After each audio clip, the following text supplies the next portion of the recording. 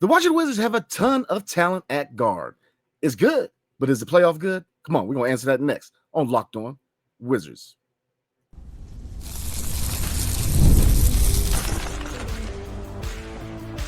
You are Locked On Wizards, your daily Washington Wizards podcast, part of the Locked On Podcast Network. Your team every day. What's good, everybody? It's your boy Brandon Scott again, a.k.a. BScott, with my guy Abdullah, a.k.a. AB. We are both credentialed members of the NBA media and your hosts here at Locked On Wizards, man. We got a special guest today, my guy, Coach D of FactsNStats. Man, what's going on with you tonight, brother? Well, I think I'm doing good. I'm doing good, man. I can't call it. How y'all feeling tonight? Look, man, another day in the life, brother. You already know how it is, man. So, like I said, man, definitely appreciate you coming on the show. A lot to talk about tonight. We're going to do end of the season grades for all of the guards, man. So we're going to touch base on JP13, Bub Carrington, AJ Johnson, Marcus Smart, and a little bit of Malcolm Brogdon, man. Like I said, I was able to catch up with all of them, except for AJ Johnson. Today was exit interviews down at the practice facility. So, like I said, definitely excited to talk about this young guard rotation. So, all right, we're going to start with JP13. So, like I said, we have a lot of talent at guard. Now, it's good. Is a playoff good? So, like I said, we're going to get into grades. So, starting with JP13. And before we get into Jordan Poole, man, obviously last year, up and down season, second half of the season, reverted to six-man role. He flourished, became starting point guard. He flourished. Now, starting the season, he played at an all-star level. Now, obviously, team performance was one factor why he didn't make it to the all-star team. But, you know, I kind of asked him today, with an improved team next year, do you expect to be an all-star? He definitely said yes. So, looking at this season, I'm gonna start with you, Coach D. What do you grade Jordan Poole, and what are some things that you liked, and maybe a few things you didn't like? Oh man, with Jordan Poole, I'm about to start with a grade of a B plus. Okay. I don't know how y'all look at that, but coming from last year, just getting there from the Warriors and the little mishap that happened, he had a little rough start, so it was bad for him. It was bad for him. I had him down to a D, almost, to an E, but he came back, bounced back this season, sharpened up his skills. He still played the same way he played, but he make his shots now. It's more consistent. I think he broke the title over Bradley Beal, the most 3-pointers in the season. Yeah. So he being more consistent and making the threes, not just lollygagging on the court. So I give him a B plus. B plus, okay, I can rock with it. AB, what you thinking, man? Yeah, originally I wanted to give it B plus, but I think just because of the improvement, I'm looking at the stats right now: increase of points per game, rebounds per game, assists per game, steals per game, field goal percentage, and 3-point percentage. To me, I got to go. He's on the edge of that towards the A minus, B plus. I'm giving him that A minus. Again, that first year Jordan Poole, you mentioned it, Brandon, a wild mix of viral turnovers. He checks from 30 feet, and what does he do in moments? But year two, definitely a whole new player, playing smarter, playing within his role. He's letting the game come to him. The shot was much smoother. The vision is clearer, limiting turnovers. The chaos is controlled. I think with all of that, the improvement and how it ended in Golden State, call it maturity, you call it development. Either way, Jordan Poole is finally hooping like the guy that the Wizards brought him into. And I have full faith that he can be the point guard of the future and bring this team a championship. So I'm giving him that A minus because, again, a lot of people writing him off here in DC, a lot of Wizards fans, and they got to give him credit where credit is due. He has improved. And throughout all that, he wasn't being a cancer in the locker room. Again, a guy who's 25, potentially going to 26, could be going in his prime. Like, it all adds up for the Wizards. And this is why a big thing why I think they shouldn't trade him. I get it if the trade package is nice, maybe consider it. But I think Jordan Poole could be the point guard here that can bring us a championship here in DC. You mentioned Golden State, where a lot of people put some, in my eyes, false narratives on Jordan Poole. Obviously the issues with him and Draymond punching him. A lot of people, Draymond was one, people just because of that situation associated locker room issues with Jordan Poole. But when you listen to Stephen Curry, when you listen to Klay Thompson, when you listen to anybody who's played around Jordan Poole, they tell you he's the first guy in the gym, last guy out. That was something that was covered today. That was something not only did Coach Brian Keefe mention it, but multiple veterans mentioned it, that Jordan Poole is that one of those guys where he's calling early in the morning saying, "Hey, coach, can I get in the gym?"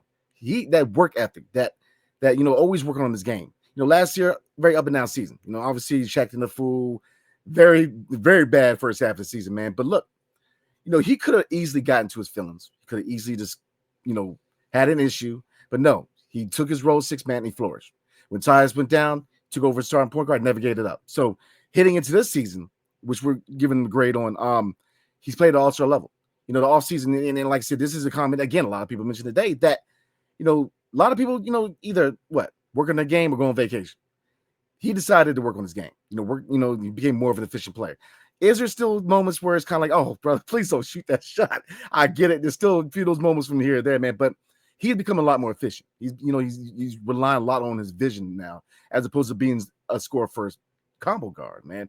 Like I said, you see a different player this year. He was focused coming into the season. He put the work in, played at all-star level.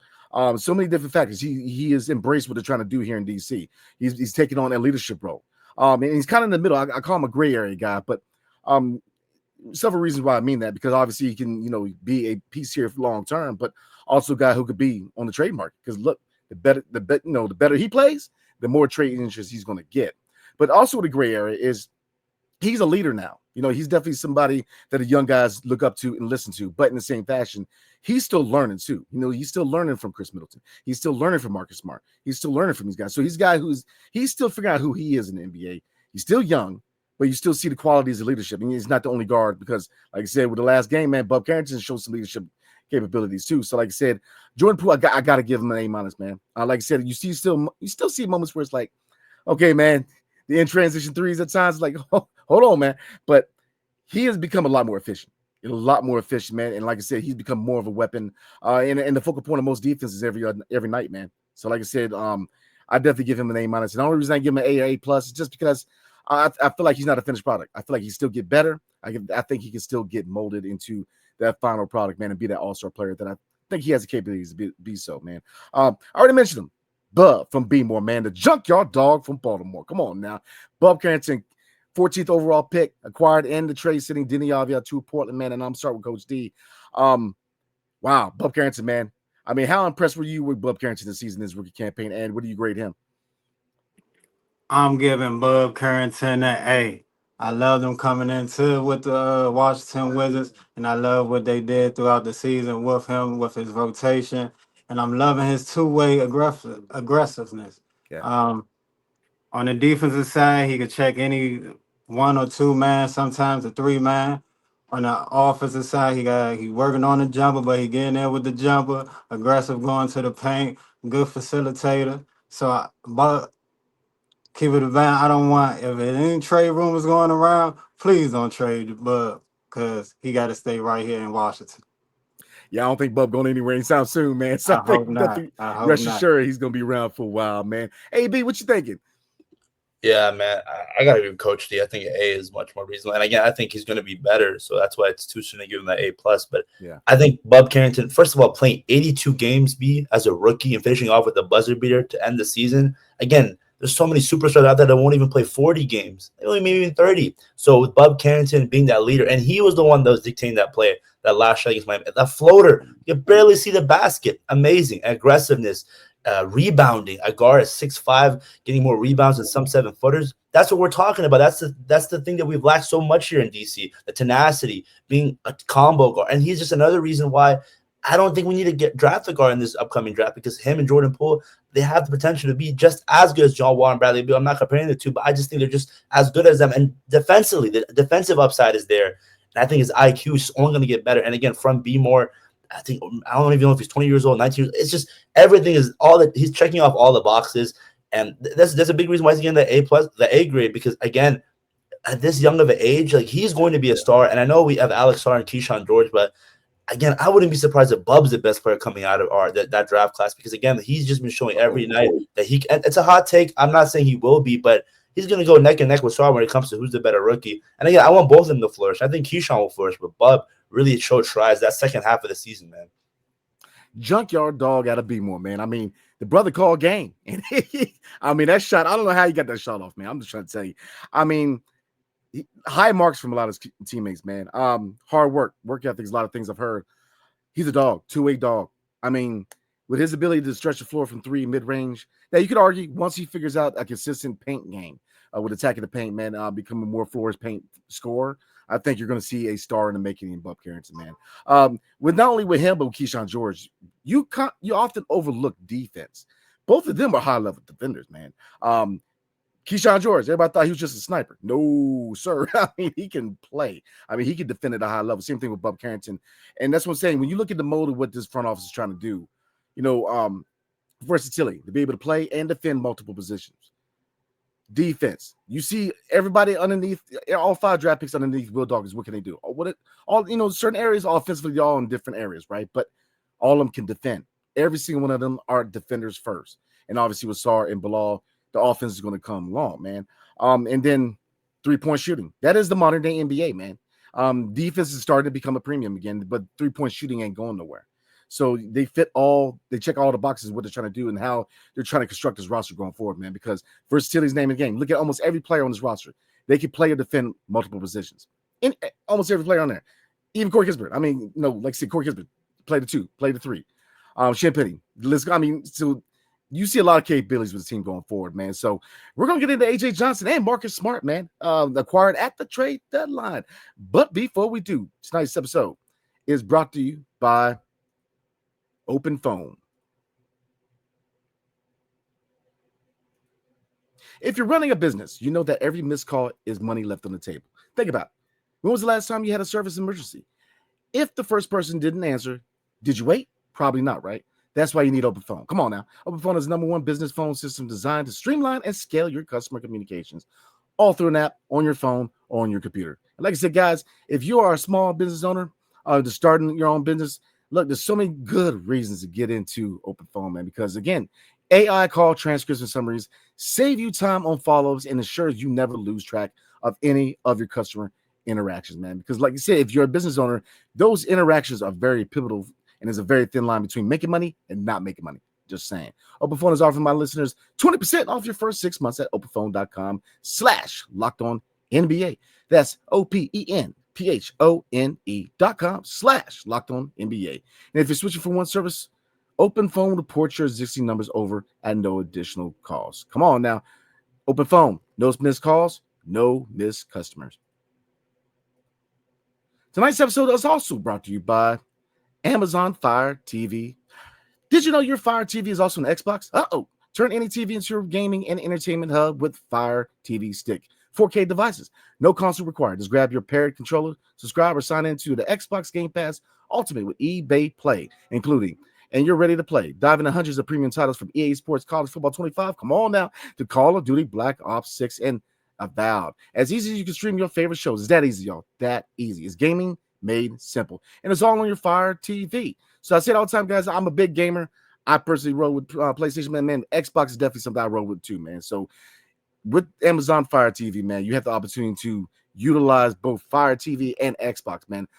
Like I said, Xbox, a lot of capabilities with Xbox. So I definitely recommend you guys get in on action with Amazon Fire TV. Now, head to Amazon.com/Fire TV Locked On to get started. Xbox Game Pass Ultimate subscription and compatible controller required. Available on select devices, including Fire TV Stick 4K, second generation, Fire TV Stick 4K Max, first and second generation, and Fire TV Cube, third generation. Amazon Fire. Come on now. All right, y'all, let's get back at this thing. So, AJ Johnson and Marcus Smart, both acquired at the trade deadline. And both of them have brought different attributes to this team, man. We're looking at AJ Johnson, the explosiveness, the athleticism. I mean, putting people on a poster, man. I mean, the brother with those handles. I'm trying to tell you, man. We look at Marcus Smart and Chris Middleton, even though we ain't talking about Chris, brought toughness, brought leadership, brought experience. So keeping it to AJ Johnson right now. I'm gonna start with you, AB. How impressed were you with AJ Johnson? And what did you not? I mean, what is it that he's done since coming over from Milwaukee that you didn't expect him to do? Just the athleticism. I think how shifty he is. I mean, his tight handles can make an argument that he has the best handles on this team. His ability to get to the rim at ease. It kind of reminds me of how John Wall used to be able to do with his speed and just quick crossover to the left, to the right. And just 3-point shooting definitely needs to improve. There are times in this the second half of the season where he was coming up big in late game stretches. So I think with AJ Johnson, I think we have a guy who could definitely fit that 6-man role. And it's so crazy because a lot of people don't even realize how good of this man was. And so they look at some of his highlights and like, this is like a sick mixtape already. And he has barely scratched the surface. Again, was in his last draft class and just not talked about enough. And again, got to give credit what Will Dawkins is due. Got to give him his flowers. Again, getting a guy like AJ Johnson for basically nothing, a guy that could potentially be a big piece in getting a championship here in DC. So I think he's going to be off the charts. I think defensively he can guard a lot of from 1, 2, 3. And I think his athleticism is hard to match in today's NBA. A lot of these guys are very athletic, and a guy like him could definitely just take the top off of defense. So I think giving him a grade, I'd say a B. I think he's going to get better. I think hopefully with improved jump shot, mid-range, I think the athleticism is already there, and I just can't wait to see how his role flourishes. And whatever his role is, whether it's 6-man or whatever starting, he'll be able to flourish, and I have full confidence that he'll be that guy when it comes to down to crunch time. Oh, okay, I can rock with that. Coach D, what you thinking, man? Yeah, man. Other than Jordan Poole probably being number one on the ESPN top 10, Trey Johnson probably be number one on the ESPN top 10 coming out of Washington Wizards, because he's so explosive. He got explosive running down the court. He like to toy with his defender, going each way, a little shifty, like y'all said. So it's all highlights from there. I see him as being a role play at least. He could definitely be a 6-man with the Wizards. Coming in like a Lou Williams, just got to find a shot. Like you said, AB, the 3-point shot he really got to develop that, go in the off season, work on that. And he probably be, one of the if he work on his 3-point shot, he probably get back in the starting rotation. Man, you Get compared in the him. starting rotation. Oh yeah, I mean, you compared him to Lemon Pepper Lou. I like that. I like that combo, man. I like that. I like that comparison, man. So, I agree with both of y'all. AJ Johnson and AB. Come on now. You remember the trade deadline? I told people. I said, look, watch out for AJ Johnson. Watch out for Kobe Jones. I'm trying to tell you, not a lot of people saw their game. When you look at AJ Johnson, he didn't get a lot of playing time. I believe he only got 48 minutes overall before he was acquired by the Washington Wizards, man. So he played very little. Yet the deal was held up because the Milwaukee Bucks were very hesitant to include him. I mean, Doc Rivers himself said, look, we're not really trying to give this brother up. And it took a lot of finesse by Will Dawkins to acquire him. And like I said, nothing against Chris Middleton, because like I said, Chris Middleton is a baller.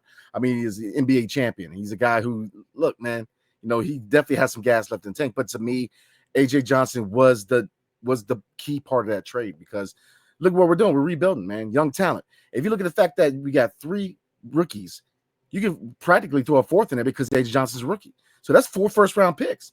I'm just saying, and, like I said, in a weak draft, every quote-unquote expert said it was a weak draft, but yet this front office was able to not only find 1, not just 2, but 3 and 4 first-round picks who are already shown that it could be key contributors down the road, if not automatically. I'm trying to say, man, we finally have a front office. Adults are finally in the building. So Marcus Smart, we already mentioned him. Marcus Smart, relatively, early here in DC, has shown some toughness, bringing that, the attitude, man, the experience. So AB, man, how impressed were you with Marcus Smart and the leadership and the toughness he's brought to this team? Very impressed, because at the end of the day, Marcus Smart, he knows that he's not the same as he used to be in Boston, but he's still going out there and playing, even playing when he was injured. And I mentioned it, a lot of vets, a lot of superstars barely want to play when they're 100% healthy. And Marcus Smart is out there and just bringing the D here in DC that we've lacked here for so long. And again, once he was input in the system, once he got traded down here to DC, his presence was known. And again, I think his mentoring a guy like Bub Carrington, even Jordan Poole, to learn a few things from him. I think his resume speaks for itself. He's just a guy that no one wants to be playing against, because he's just a pest. And that's what we love to see. And I think defensively, he brings it. Offensively, his 3-point shot, and just him being a mentor, I think is what we love to see. I wouldn't mind him being here for longer. And I get it. His trade value might be too high to not trade him. But I think every team should have a Marcus Smart guy who can bring it in on the defense side of the ball and even offensively every now and then. So I give him a B, around into a B+, because at the end of the day, with the situation that he has playing on a losing team, not making the playoffs, he's still making an impact, whether it's on the court or off the court. Yeah, I agree 100%, man. And I'll say this real quick before I get your take on Coach D. I kind of get the drift of him today, man, that I see a guy who wouldn't mind sticking around for a little bit. A guy who doesn't mind being that mentor, doesn't mind being that veteran voice. And like I said, with Chris Middleton, he still has some gas left in the tank. Like, he's still getting better. He kind of mentioned his 3-point shot today, where that's one area that he's gotten better. He was, he's shooting closer to 40% since coming over in the trade, man. So, like I said, still some gas left in the tank. Coach D, what you thinking, man? I ain't trying to call Marcus Smart an old head here, but it give me the what I remember when John Wall and Bradley Beal was looking up to Paul Pierce when he came to the West. Yeah. You know what I'm saying? And I feel as though Marcus Smart could do that for these young bucks with Jordan Poole, with Carrington, with Johnson, with George. And I feel as though he could give that because he had Jason Tatum and Jalen Brown at a young age. He had Isaiah Thomas also over there. A superstar point guard at the time. So I feel as though he could relate to them either way they want to go in their careers. And that's a perfect way to have a culture leader like that. And I feel as though he should stay around for years to come. Okay, I can rock with that. I agree with you, gentlemen. I think that Marcus Smart is a keeper. Like I said, I think he knows where he's at in his career. He knows he's not that guy in Boston. Memphis, I don't think Memphis was ever really a good fit, even though they needed that veteran guy off the bench to really, mentor Ja Morant. Yeah, I think the finger had a lot to do with him being traded too. But since he's come over to the Wizards, man, he's brought a lot of toughness. He mentioned working with Alex Sarr exclusively. One guy that could definitely use a lot more aggression, man. And Sarr knows that. Marcus Martin mentioned today that that's one guy he's been trying to really key in on as far as trying to build a lot more aggression in him. I think that would pay dividends with Alex Sarr. But Marcus Smart, a guy who's been working with Jordan Poole, a guy who's been very active on the sidelines working with these young guys, man. Really showing them the ins and outs. Look, don't go to twist. I mean, look at his size. Very few people at his size win Defensive Player of the Year. I'm just saying, the guy is a hard-nosed defender. I remember watching him at Oklahoma State and kind of show my age a little bit, but like I said, I remember watching him in college, man. So Marcus Smart to me is a keeper because he brings toughness. He brings much needed experience, championship experience that, he's been to the show. Didn't win one, even though, but like I said, between him and Chris Middleton, they definitely bring championship experience, and also with Jordan Poole. So Malcolm Brogdon, I know we ain't seen too much of him. He can play, but availability is your best ability. So we're going to talk about Malcolm Brogdon, man, and then we're going to call it a night. But before we do, tonight's episode is brought to you by WayFair. Come on now. Spring is here, and that means it's home project season. Whether you're refreshing the room or tackling the full renovation, WayFair is the best kept secret for all things home improvement. From small updates like stylish cabinet hardware to major upgrades like new vanities, sinks, or outdoor lighting, WayFair has quality products for every budget. Whether you are broke or you got too much money, you have no reason why you should not be able to find some furniture or anything you need for home renovation. So, like I said, I'm somebody who I'm always looking to upgrade my house, right? Me or my wife, that is. Look, to me, WayFair is a one-stop shop. Anything you need as far as upgrading your kitchen, your bathroom, your living room, your home room. I mean, anything. So, look, do yourself a favor. WayFair makes home improvement easy. Get started now at wayfair.com. That's WayFair.com. WayFair. Every style, every home.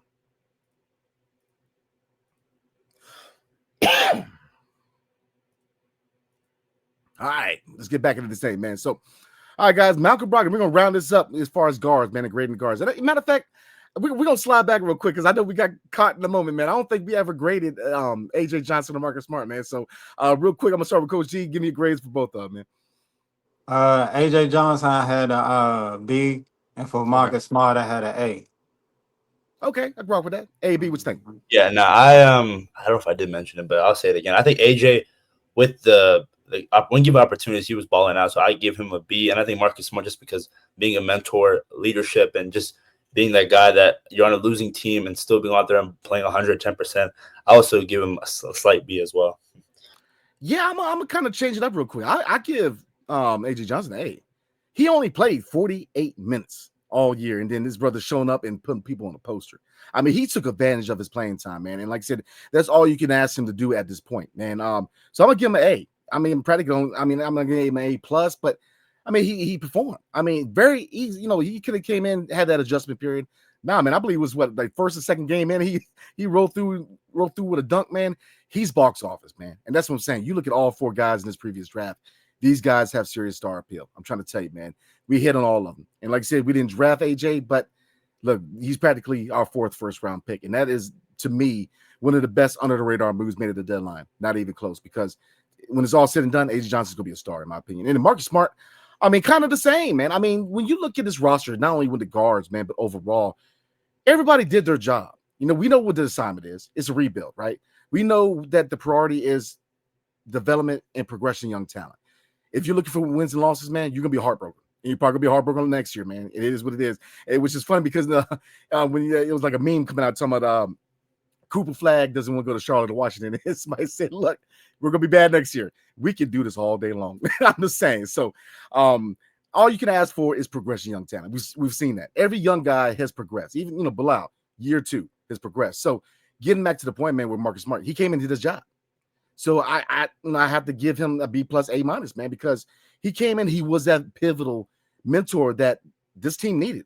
Jordan Poole needed a mentor like Marcus Smart to work with him and really show him what a leader is and how to conduct himself like a leader on and off the court. AJ Johnson, Bub Carrington, he's had great impact on these rookies, man, and these young players. Alex R, a guy he exclusively worked with and tried to get some aggression out of, man, because I think all of us can agree that Alex R flips that switch, man, and becomes more of an aggressive player. He's got all-star written on him, man. I mean, I think he could be that good. So let's switch it up real quick. Malcolm Brogdon, like I said, Malcolm Brogdon can play, man. Former 6th Man of the Year award winner, Rookie of the Year award winner, man. But he has hit the injury bug, and it hit him here in D.C., man. So I'm going to start with Coach D, man. What do you think when it comes to Malcolm Brogdon? For the grade, I'm about to give him a B. 32 years old right now. We know what his game is on the defensive side. Offensive side, it ain't been, well, he been banged up. Let's understand that first. But offensive side for the Wizards going in, if we talking about going into the next year, it ain't been. I'd rather stick with the young Bucks than go with Malcolm Brogdon right now.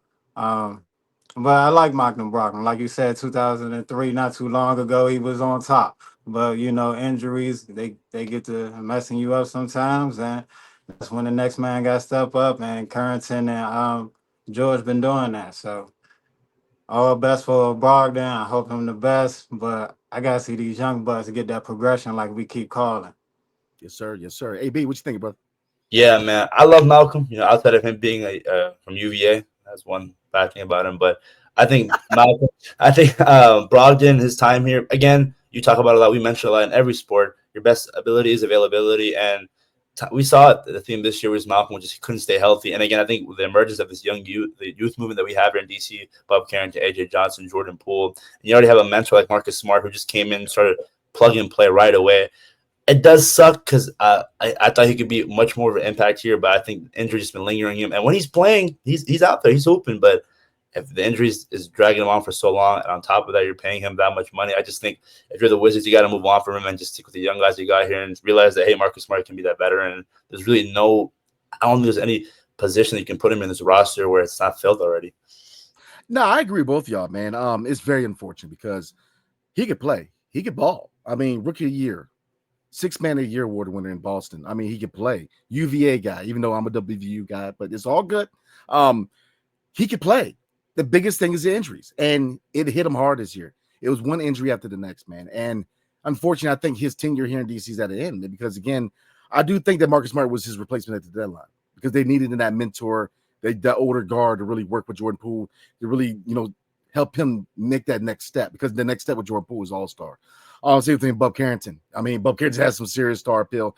And AJ Johnson. And we needed that veteran, and we had it in Malcolm Brogdon. But again, if you can't be on the floor, man, then I can't argue holding a roster spot down if you're not going to play, man. Because unfortunately, there's not a roster spot for player coach. So to me, it's very unfortunate because I think he's a big locker room guy. I mean, you can't spend more, and you spend enough time with the guy, man. You can tell that he knows the game. He's a guy, good head on the shoulders, man, great leader. But it's unfortunate. It's one of those things where injuries just cut short his tenure here, man. And even then, you saw moments where, just like Marcus Smart, man, just like Jordan Poole, you saw him working with the young guys. So he did contribute. And so I'm with you, Coach D. I'm going to give him a B+, kind of on the border there, man, because he did what we asked him to do. Yes, injury bug was there, but we kind of knew that it was going to be there when we acquired him. I mean, we knew when we acquired him from Portland, man, that there was a likelihood that he was going to have injury issues because that's been the MO the last 2 to 3 years, man. Unfortunately, and I think that his career could be a jeopardy, man. And I hope I'm wrong because I think he still has some gas left, man. Because when he was healthy, he produced. I mean, he showed that he can roll through the lane and score on most people. I mean, his footwork is immaculate. I mean, he has some gas left in the tank. So hopefully, he said today that he is at 100%.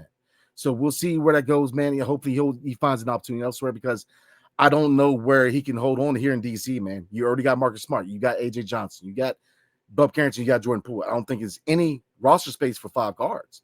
So I think that his Wizards tenure is over, man. It's unfortunate, but definitely hoping the best, man. Hopefully he catches on with another team, and hopefully he's able to continue his career, man. So the final question tonight, y'all. The Wizards have a ton of talent in the guard, man. Is this the guard rotation that we're going to see when we host that Larry O'Brien trophy when it finally happens? I'm going to start with you, AB. I think so. I definitely think so. I think the potential that we have with JP and Bub Carrington, I think both of them can take it to the rack easily. I think Bub can average 15 to 20 points per game. And Jordan Poole, I think, is eventually going to be an all-star next season if all things pan out. I think Marcus Smart, him being a mentor, the leadership, tenacity, defensively. I do want to see, though, us get better defensively, limiting the turnovers. That's huge. And again, got to win a lot of off the glass battles. You can't be losing to teams rebounding wise. And I think with Bub and how aggressive he is, and I think his ability to dish the ball, I think AJ Johnson with his defensive tenacity and being so shifty offensively and explosive, I think we have a good group here. And this is a big reason why I don't think we have, like I mentioned before, have to go after a guard in this upcoming draft, because I think with all this talent that we have, I think it will kind of ruin the development of Bub and AJ. And I think Jordan Poole is still, I think he's going to potentially be that superstar for us. So for me, I think they can definitely playoff good, and I think definitely championship worthy. It's just a lot of things have to click, and I think they will. Okay. Coach D, man, I saw you make a face, man. What you thinking? Yeah, that was a good question. Good question, and I'm gonna go with yes. I think these faces can hold up a trophy at the end of their career in the Washington Wizards uniform. I would love to see that. I would love to see that, people. But Bob Carrington, two-way player. If you got Jordan Poole putting up clutch buckets when we need them, moments when he could go on a 12-point spree, 16-point spree by itself, when you need them type of clutch buckets of Carrington, just focus on the defensive side of that game. We have a good combination of guards, and the progression need to come. I'm not going to say fast, but in a couple of 3 years, I would like to see that progression all the way to the max, so we could know who we stand on with these guards and we can move forward. Yeah, I'm going to say this, and I do agree with both of you gentlemen, but I'm going to say this. Maybe. And the reason I say maybe is because we say it all the time, hard decisions. 2 years left on Jordan Poole's contract, so there's plenty of time, but there's not plenty of time if you're really looking forward a little bit in the rebuild, because the biggest year in his contract is the last year of his contract, man, because what happens after that? Bilal Coulibaly's up for an extension. What are you going to do with Tristan Vucevic? After that, you got 3 rookies. You're not going to be able to pay all 3, brothers. I mean, all 3 of these guys are not going to be on the team. Then after that, you got the 2025 draft. So you're looking to grab your face this year. So you're going to have to pay him. So how much in this? I think the biggest question is this, right? For me to really answer that question is Ted Leonsis going to be willing to pay the luxury tax? Because eventually, if you look at the trajectory of Jordan Poole, he's going to be an all-star.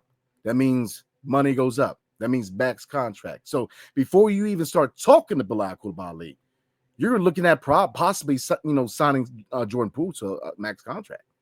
Then you resign Bilal. Then you got 3 rookies. Then and you guys kind of see where I'm going, man, where you're not going to be able to pay everybody, man. So Ted is not, because look, Ted Leonsis has been very, very hesitant to pay the luxury tax. I believe the only time we paid was when we had John Wall, Bradley Beal, and Otto Porter, and Lord have mercy, Otto Porter pushes in the luxury tax. I'm just saying, but is he going to be able to do it again? I don't know. I mean, you look at certain things going to happen within the realm of his ownership group. Ovechkin broke their record, man. So chances are he's probably not going to be around for another year or so, and he's going to be retiring. So what does that say? Does the Capitals go into a full rebuild? You can't have 2 rebuilding teams in one building, man. I'm just trying to tell you, because from a business standpoint, it's hard to make money. And really, if you look at the situation, the Capitals are the breadwinner in that building. So it behooves the Wizards to get better sooner. You can argue, we said all the time, 1 more year rebuilding. Then year 4, we definitely see a playing opportunity. So I'm going to say maybe. Jordan Poole, I think, a lot of love for the brother, man. I think he can play fringe all-star. I think he's been a great influence on his team. Not only, his play on the court, but what he's done off the court. He's carrying the torch of Bradley Beal, John Wall, and Gilbert Arenas. So the work he's done in the DC community. I always love seeing guys in DC wearing their Wizards uniform, go out there and giving back to the community, man. But like I said, are they willing to pay him the max? Because that is the next step. Look at what he's making now. He's borderline max now. I mean, look how much money he's making this year. So that's the next step. It really depends on what ownership is willing to do and how far they're willing to stretch for this team to remain intact. So that's kind of where I'm at, maybe, because you could retain both him and Bilal, but then that's a lot of money tied up in that salary cap, man. And you haven't even got the Alex Hart. You haven't even got the Keyshawn or Bub. You haven't even got the potentially Cooper Flag or Dylan Harper, Ace Belly, or whoever we get with the second pick. And so you guys kind of see where I'm going, man, is where it really depends on ownership, whether you can really say this is the core guard rotation. I believe it is. This is in my opinion, I might be a little biased, but this is one of the most young, talented guard rotations in the NBA. Jordan Poole, fringe all-star. You got AJ Johnson, who, I mean, played 48 minutes. He putting people on a poster like that. I'm trying to tell y'all, man. And then you have Bub Carrington, who already has shown people what he can do. This is one of the best guard rotations in the NBA. So, yeah, I think that when it's all said and done, when we finally hoist that Larry O'Brien trophy, I think this could be the guard rotation is going to be on that bus. But like I said, it really depends on ownership and if they're willing to pay to play. You got to pay for the luxury, baby. I'm just saying. So, all right, we're going to go ahead and call it a night. But Coach D, man, appreciate you coming on the show, man. We are definitely going to get you and your co-host back on here, man. It was definitely a pleasure. Real quick, where can we catch y'all, man? Definitely catch us on Facts and Stats. We on every Instagram every Wednesday, and then we do a live on the show on YouTube every Sunday. So, catch us, Facts and Stats on Instagram, Snapchat, just like that. Facts and Stats, baby. Yes, sir. Yes, sir. Like I said, man, definitely appreciate you coming on, man. You know your basketball. Both you and co-host, man, has been. I definitely sit down, watch your stuff, man. Yeah, it's box office, man. So definitely check these brothers out, man. So, all right, man. Like I said, definitely appreciate you on the show. As always, AB, appreciate it on your brother. So we're going to call it tonight, man, and we will catch you guys. I'll definitely catch our video covering the exit interviews for today. And we're going forward, man, we're going to get into grades and look at some trade scenarios. So we're going to keep the content flowing through the offseason. Of course, when we get closer to the draft, come on now. Definitely catch us for your draft content, man. So again, my guy AB, my guy Coach D, man, we are out. Yes, sir. Hail to the Wizards and peace.